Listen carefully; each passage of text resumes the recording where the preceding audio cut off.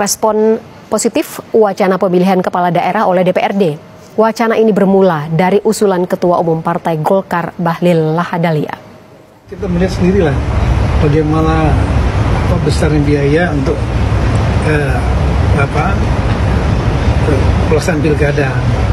Belum lagi ada beberapa daerah-daerah yang kita lihat terjadi kekerasan ya. Dari dulu saya pernah mengatakan pilkadanya asimetris. Salah satunya melalui DPRD. Demokrasi juga kan bisa diterjemahkan dari demokrasi langsung dan demokrasi dengan perwakilan. Kalau DPRD itu demokrasi juga, tapi demokrasi perwakilan. Pasti kita akan bahas. Kan salah satunya juga sudah ada di prolegnas. Akan mengubah sistem pilkada begitu Pak. Kemarin sempat bicara seperti itu, tanggapannya DPR. Bagus. Menurut saya itu bagus dalam arti untuk mengevaluasi lagi apakah harus kembali ke DPR atau tidak, kita bicara. Tapi harus dievaluasi karena yang sekarang ini selain mahal juga jorok yang sekarang terjadi ini. Dan dulu kan sudah pernah kan? Sudah pernah disetujui, lalu Pak SBY hanya 2 hari berlaku, dicabut lagi oleh Pak SBY.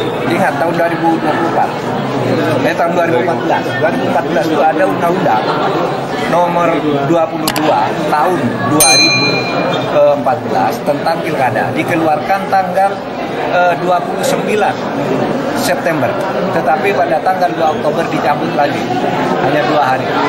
Sumber daya alamnya diambil, mau pilkada, hak bersuaranya pun diambil. Janganlah, paling tidak kalau toh tinggal suara yang tersisa, yuk kita berikan sama rakyat deh. Kalau tanah sudah nggak jelas, ayo kita pertahankan suara kita ini. Jangan mau diambil lagi.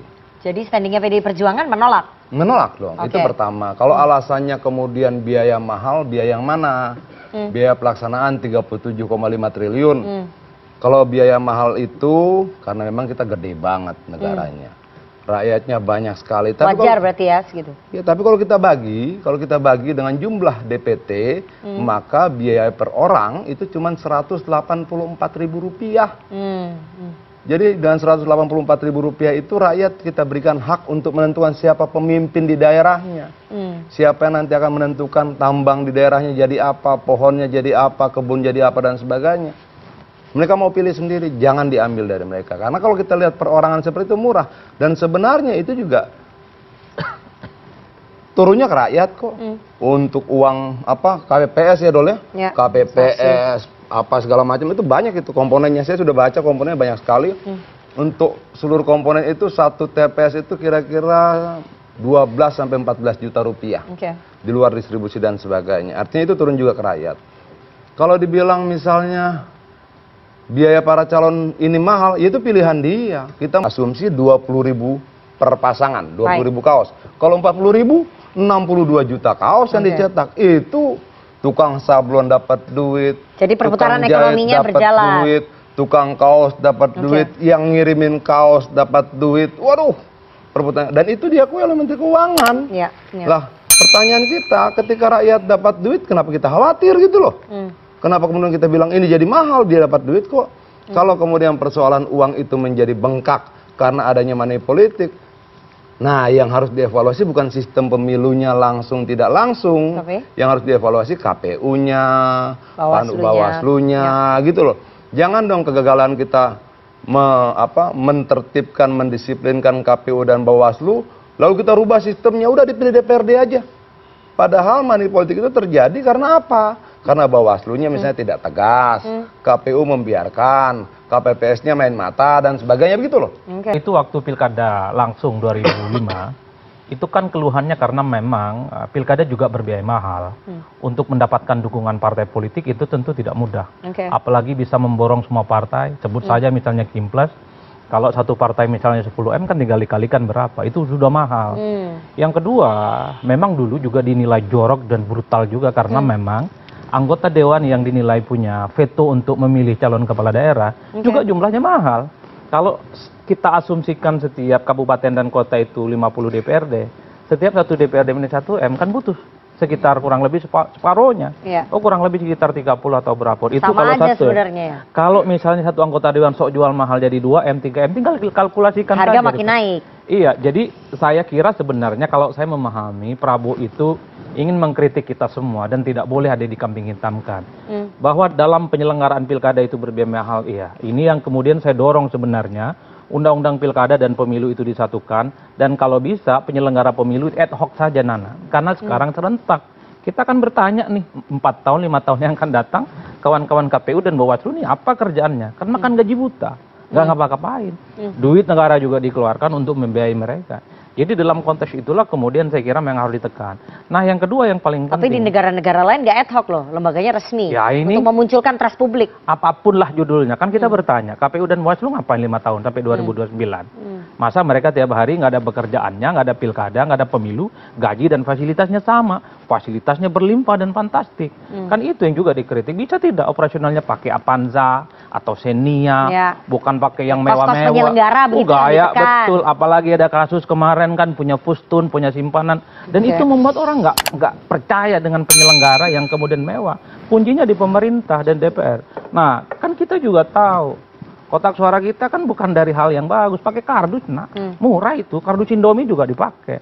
Jadi soal kecurangan itu bukan bahan kotak kardus ataupun pakai aluminium. Kalau mau curang aja. Jadi lebih efisien mana nih? Dipilih DPRD atau dipilih langsung? Jadi secara prinsip harus ditekan memang soal dana penyelenggara. Nah, kos penyelenggara ditekan. Yang kedua, tapi bisa menjamin nggak ketika kos penyelenggara ditekan, kos politik, kos transaksi politik itu berkurang? Ini yang kedua, yang bikin mahal kan sebenarnya para kontestan dan calon. Kan di ruang gelap kita sering mendengar untuk mendapatkan dukungan satu partai, dua partai. Bahkan internal partai pun juga ada syai'un-syai'unnya, butuh logistik dan ada pelicin, kan itu yang mahal. Dan partai nggak teriak.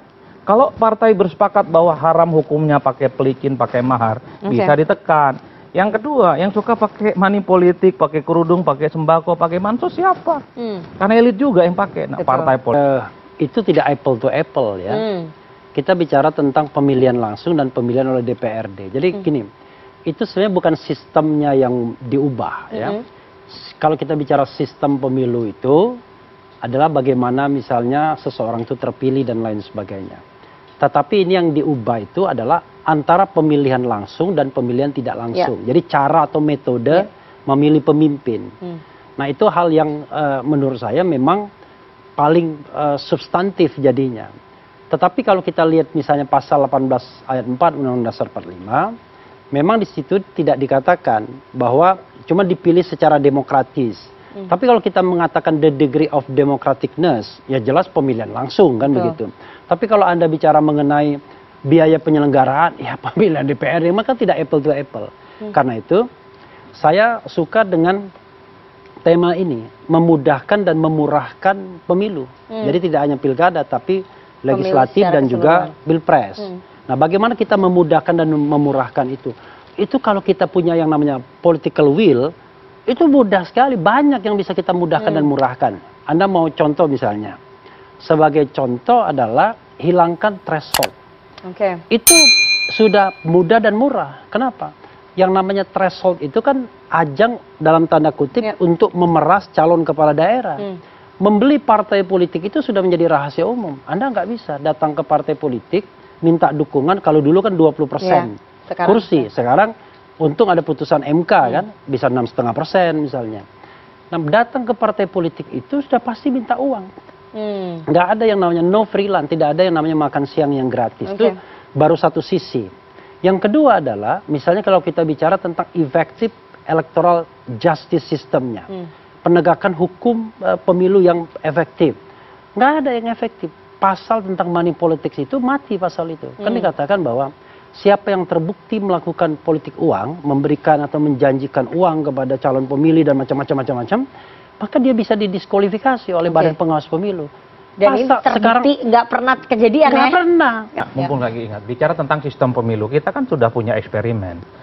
Misalnya di Pileg, ada proporsional terbuka dan tertutup. Dulu tertutup dinilai akan mengurangi potensi politik uang. Ternyata membeli nomor urut juga mahal. Nomor urut 1, nomor urut 2, nomor 3. Nggak bisa dihilangkan politik uang.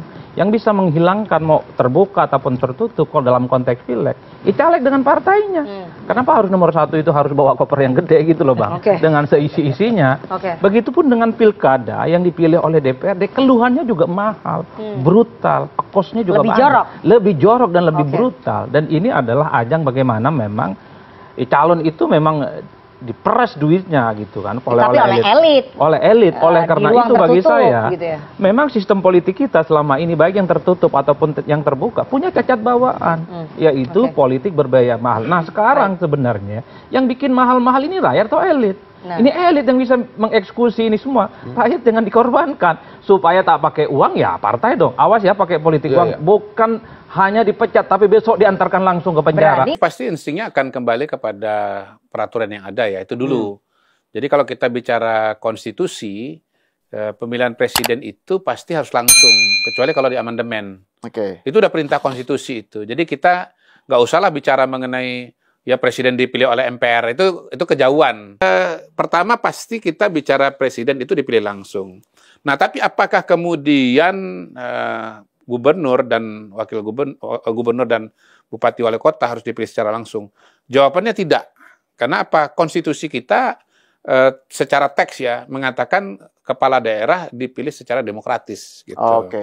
Dipilih secara demokratis. Jawabannya tidak harus langsung. Tidak harus langsung gitu. Jadi demokrasi ini kan pada istilah dipilih secara demokratis itu kan pada tataran operasionalnya kan bisa bervariasi, bisa bermacam-macam tergantung pemikiran dari para pengambil kebijakan, keputusan, para pembuat undang-undang. Nah, kita pernah melalui beberapa fase dan beberapa periode. Kita nggak usah jauh ke belakang lah pada masa Orde Baru ya.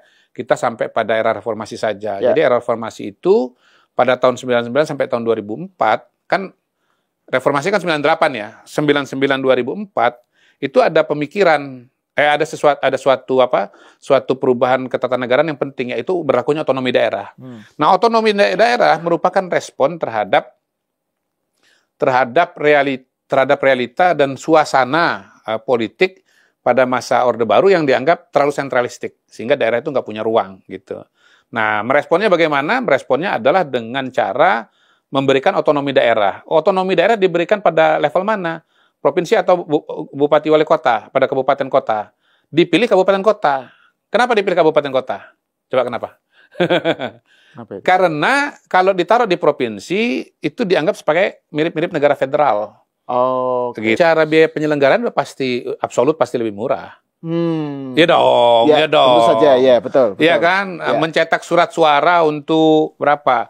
200 juta pemilih.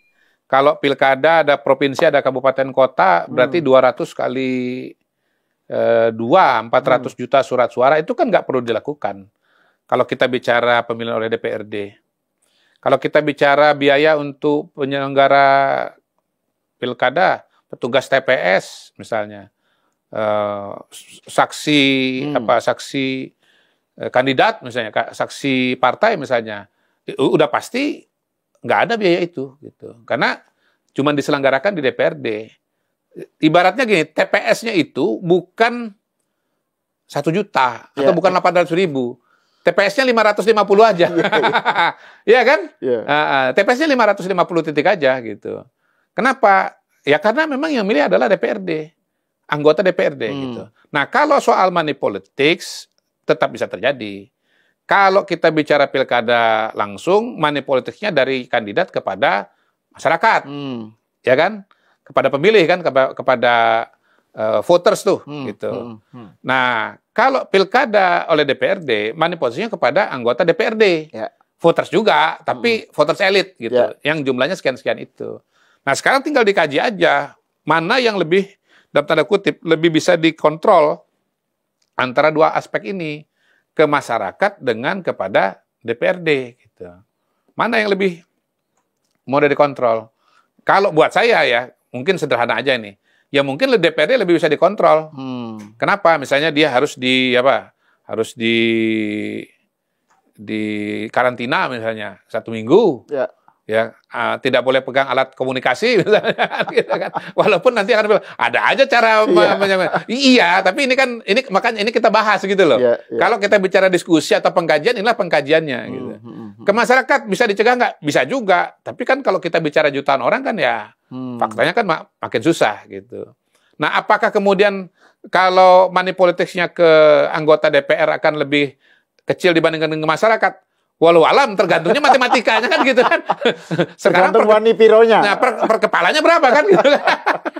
Jadi tinggal dibuat aja tuh matematikanya. Jadi kalau bicara aspek biaya, penyelenggaraan sudah pasti lebih murah. Sudah pasti itu. Angkanya tidak akan 38 triliun. Angka 38 triliun ini kan anggaran dikeluarkan untuk penyelenggaraan di 800.000 atau 1 juta TPS itu kan. Itu absolut pasti sudah nggak ada. Tapi biaya yang dikeluarkan kandidat untuk money politics, ya itu potensi tetap ada kalau bicara DPRD gitu. Jadi kalau bicara aspek biaya, sudah bisa dipastikan dari segi penyelenggaraan itu akan hemat 38 triliun. Udah pasti itu. Tapi kalau yang money politics-nya walau alam bisawab,